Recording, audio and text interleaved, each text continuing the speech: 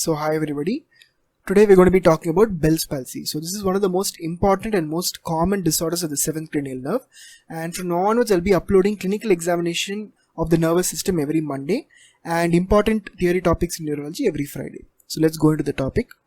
So Bell's palsy, as we discussed, is the most common form of facial paralysis. And remember, it's an idiopathic lower motor neuron seventh cranial nerve palsy. So how to differentiate lower motor from upper motor neuron facial palsy we'll discuss in the clinical videos. So remember, it's idiopathic LMN seventh nerve palsy. Okay, now coming to the epidemiology. So it's pretty common. We have around 25 cases for every 100,000 population annually, and there are two important risk factors that you have to remember. So number one is pregnancy. So in pregnancy, especially in the third trimester, okay, in the third trimester, Bell's palsy is very common. So you can get an MCQ on this. In which trimester is Bell's palsy very common in pregnancy? So that is going to be third trimester. And the next important risk factor is diabetes mellitus. Now coming to the clinical features. So it's an acute or abrupt onset of seventh nerve palsy with maximal weakness occurring within 48 hours. And most of the patients are going to have retroauricular pain. In some patients it's going to be very severe, and usually it's going to precede the palsy by 1 to 2 days.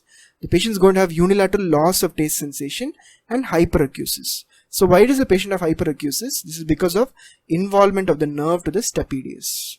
Okay, involvement of the nerve to the stapedius, important MCQ. And since taste sensation is lost over here, the most common site of involvement of the facial nerve in Bell's palsy is going to be proximal to the chorda tympani nerve. So why so is because the chorda tympani is only going to carry a taste sensation from the anterior 2/3 of the tongue. So if this is lost in Bell's palsy, it usually means that the facial nerve involvement here is going to be proximal to that of the chorda tympani nerve. So about the pathophysiology, so basically you have a seventh nerve inflammation due to infiltration by mononuclear cells, and though we describe Bell's palsy as an idiopathic condition, usually it's actually associated with herpes simplex virus type 1. Okay, so this is a very important MCQ question, and rarely it can be because of inactivated intranasal influenza vaccine. This is due to the E. coli enterotoxin that is used as an adjuvant in this vaccine. Okay, now coming to the prognosis. So the neurological prognosis is actually pretty decent in Bell's palsy. 80% of the patients are going to show some sort of recovery within a few weeks to months, and 70% of the patients are going to have complete recovery. 70% are going to have complete recovery. So what are the bad prognostic signs? So the patient is going to have signs of denervation after 10 days. So this means there is ongoing axonal degeneration, and as a rule these patients are going to have a prolonged and incomplete recovery with at least 3 months, minimum period of 3 months before they show any sort of signs of motor recovery, and presence of incomplete paralysis in the first week. So as we discussed earlier, patients are going to have a complete paralysis within 48 hours. So even within 1 week the patient's not going to have a complete paralysis. It's a bad prognostic sign. So what are the good prognostic signs? So the patient is going to have recovery of motor function within the first 5 to 7 days, and very important MCQ, if the patient is going to have return of taste sensation by the first week, it's a very good prognostic sign. This is an important MCQ question. Okay, now coming to the diagnosis. So Bell's palsy is pretty much a clinical diagnosis. You don't need any sort of special investigations to diagnose it. But in case you're doubting secondary causes of facial nerve palsy like Guillain-Barré syndrome, sarcoidosis, leprosy, so in those conditions you might have to further investigate. So but in case you do take an MRI brain with gadolinium contrast, what you're going to see is swelling and enhancement of the facial nerve. And CSF examination is going to show mild lymphocytosis. Now coming to the treatment. Okay, so mainly the patients, you have to prevent exposure keratitis. So as we discussed earlier, that most of the patients are going to recover, but before they develop motor recovery, since they're not going to be able to close their eyes, you have to prevent exposure keratitis. So this is done by eyelid taping and artificial tears. Then you can do facial physiotherapy. So what drug has a role in Bell's palsy? Only one drug, that is steroids.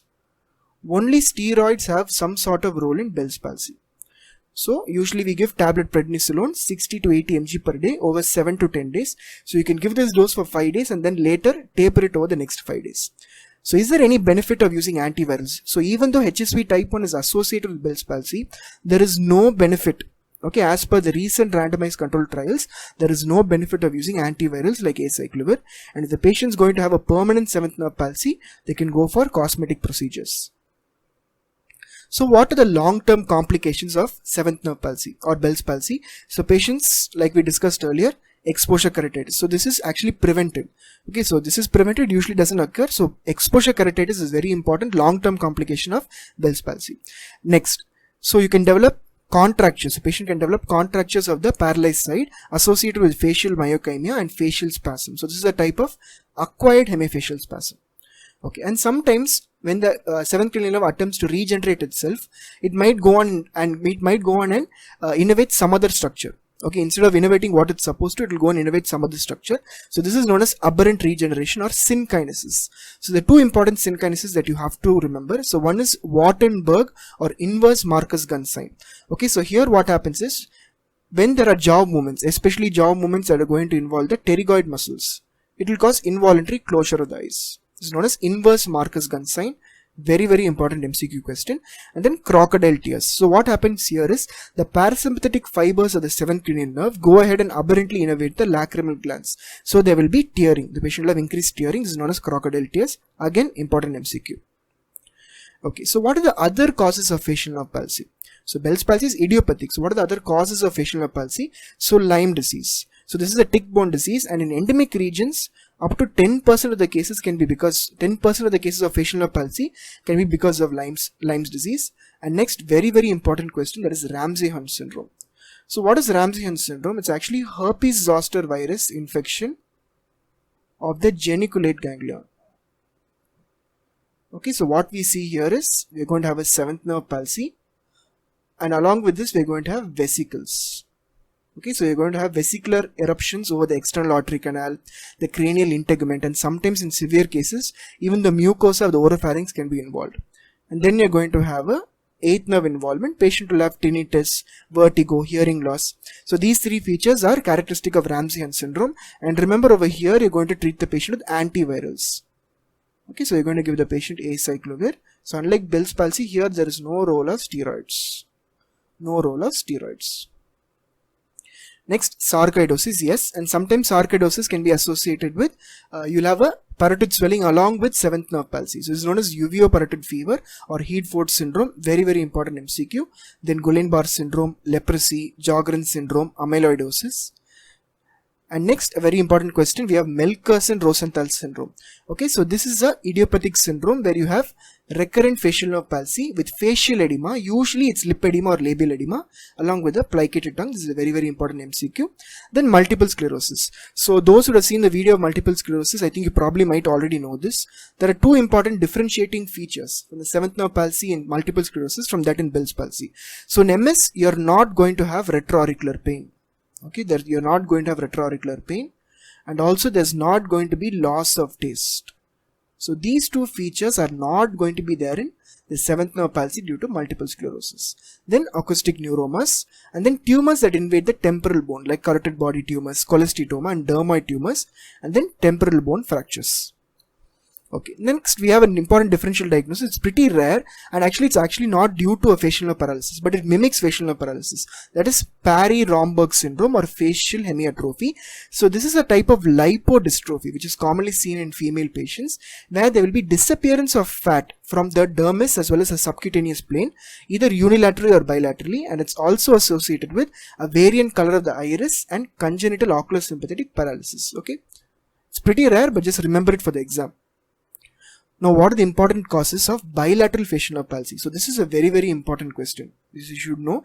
Three causes that you should never forget. So one is Guillain-Barré syndrome, next is Lyme disease, and HIV. So these three causes you should never forget as bifacial palsy or bilateral facial nerve palsy. These three causes are very important. Sometimes rarely due to sarcoidosis and Mobius syndrome. So this is a congenital syndrome where there will be developmental abnormality of the seventh cranial nerve. Sometimes also the sixth cranial nerve also will be involved. Okay, so Mobius syndrome is an important MCQ. Well, bilateral facial nerve palsy, these three is what should come to your mind first. Okay, so that's about our discussion on Bell's palsy. So I think I covered most of the important points. Thank you.